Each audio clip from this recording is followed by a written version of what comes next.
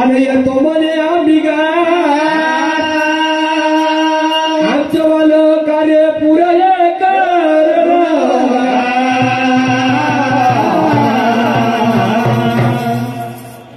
त्यावेळेला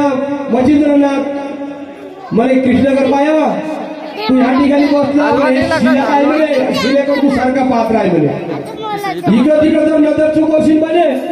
हे शिला तुझ्या अंगावर पडल म्हणे तुझा प्राण जाईल म्हणे तुझी खाण्यापिण्याची व्यवस्था सगळी इथंच होईल म्हणे हलवणीला करतो काय झालं बघ पुढं डबडीवाले दादा माऊर गडावर कोण ग उभी राखल करते रेणुका देवी आई आई जगदंबा अव माऊर गडावर कोण ग उभी राखल करते रेणुका देवी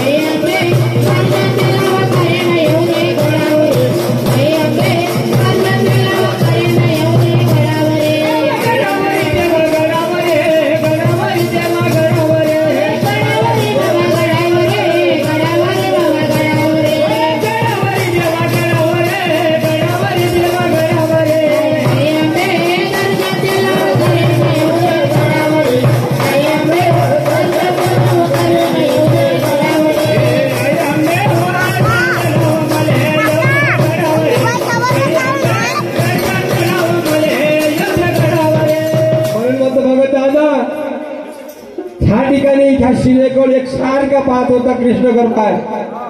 मच्छिंद्रनाथ गोरखनाथ चालत बोलत निघून गेले मच्छिंद्रनाथ म्हणते गोरखनाथ आले हे म्हणते गोरखनाथा तू तुझं कार्य पूर्ण करून ये म्हणते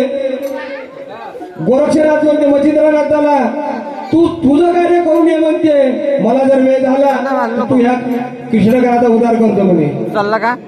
मग मच्छिंद्रनाथ निघून गेले एका इकडं गोरखनाथ निघून गेले एका इकडं मग काय झालं असे करता करता 12 वर्ष झाले भगत दादा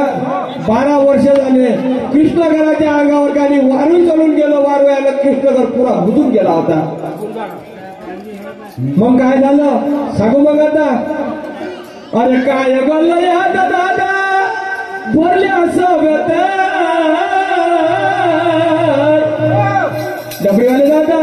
अनुभक्तीसाठी भाव